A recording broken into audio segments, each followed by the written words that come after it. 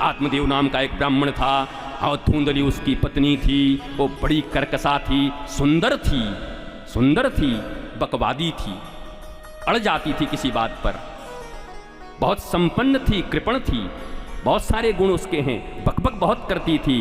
क्या हुआ? कहा जब इनके संतान नहीं हुए तो गए एक महात्मा के पास, रोने लगे हमको संतान दे दो। महात्मा ने कहा अरे सन्यास ले लो, सन्यास में सुख है। तो डंडा लेके उठ गए कि हम पुत्र मांगने आए तो सन्यास देता है। बाबा लोग को भी वो सावधानी से रहना पड़ता है। आदमी कुछ मांगने आया, हम अगर विवेक का ज्ञान देने लगे कि विवेक से रहो, बोलेंगे आप ही एक महात्मा है दुनिया में। संपत्ति मांगने विवेक दे रहे हैं, पद मांगने विवेक दे रहे हैं, हटिए। वो कहा तो मानेगा नहीं? बोला नहीं मानेंगे। हाँ तो बोला लगता है तेरी कुटाई बाकी है ढेकी में भी, हड्डी की। जब गुरु की बात नहीं सुनता तो कुछ न कुछ तो बाकी है तेरी। चल पुत्र होगा। फल दिया, जाके दे दे पत्नी को। पत्नी बकवादी थी, बोला फल खाऊंगी पेट बड़ा हो जाएगा, पेट बड़ा हो जाएगा, घर में किसी दिन आग लग जाएगा, ननद आ करके सब सामान चुरा के ले जाएगी, मैं दौड़ नहीं पाऊंगी।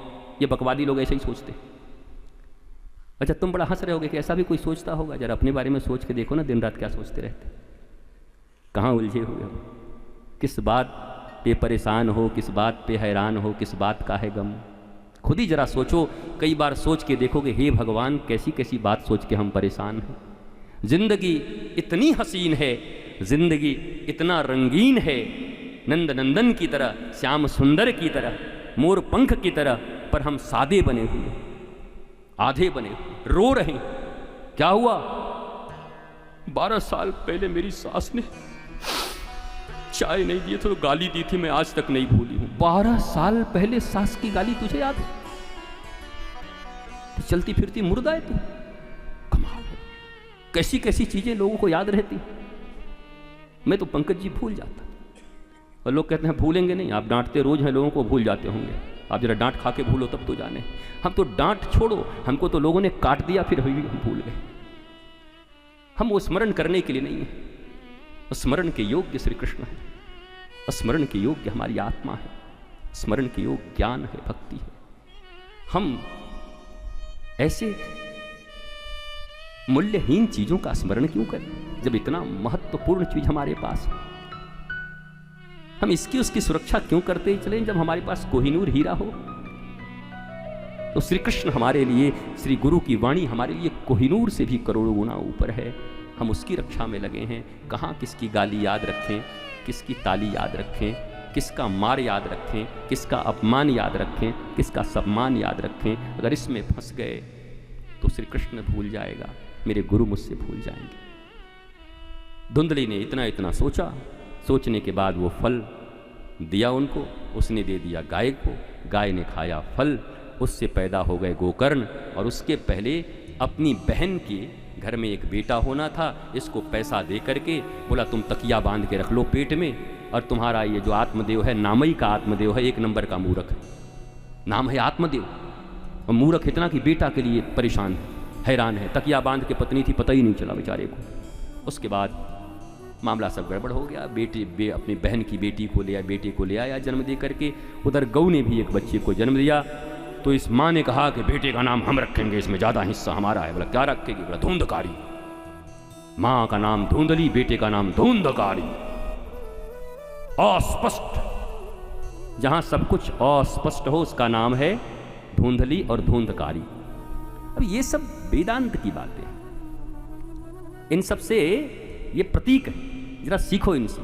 जिनके जीवन में कंफ्यूजन, कंक्लूजन नहीं, जो अस्पष्ट है, उनका जीवन कैसा होता है? बोला इस धुंधकारी की तरह होता है और धुंधली की तरह होता है। वो क्या किया? जुआ शराब खेलने लगा। और ये गो से जो पैदा हुआ गोकर्ण, वो बड़ा विद्वान हुआ। ये जुआ शराब खेल के बर्बाद हो गया। 5 वेश्याओं के साथ इसके संग लग गए। शब्द स्पर्श रूप रस गंध 5 तन मात्राएं ही 5 वेश्याएं हैं, और तुम ही हो वो धुंधकारी जिसके साथ ये लगी हुई है। ये मत सोचना कि श्रीमद् भागवत में एक धुंधकारी था। धुंधकारी था, है और रहेगा, अभी भी है।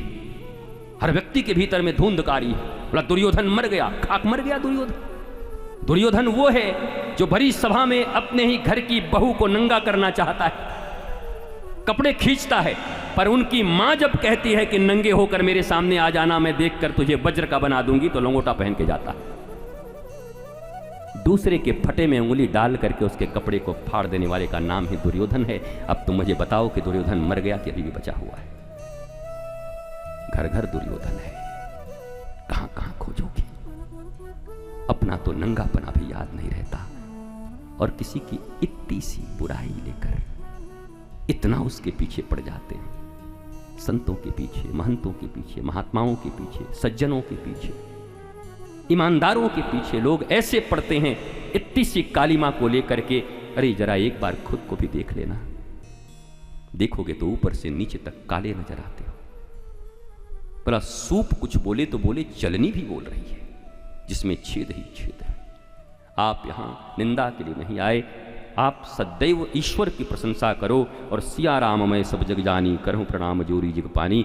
उनका ही प्रकाश सबके भीतर में है, ये समझते हुए, सर्वजनों को प्रणाम करते हुए आप विध्वंस करने के लिए नहीं आए। गुरु कभी विध्वंस नहीं करता, ज्ञानी विध्वंस नहीं करता। विध्वंस करना होगा तो आपके भीतर में भगवान आएंगे, कर देना फिर किसी रावण इत्यादि का।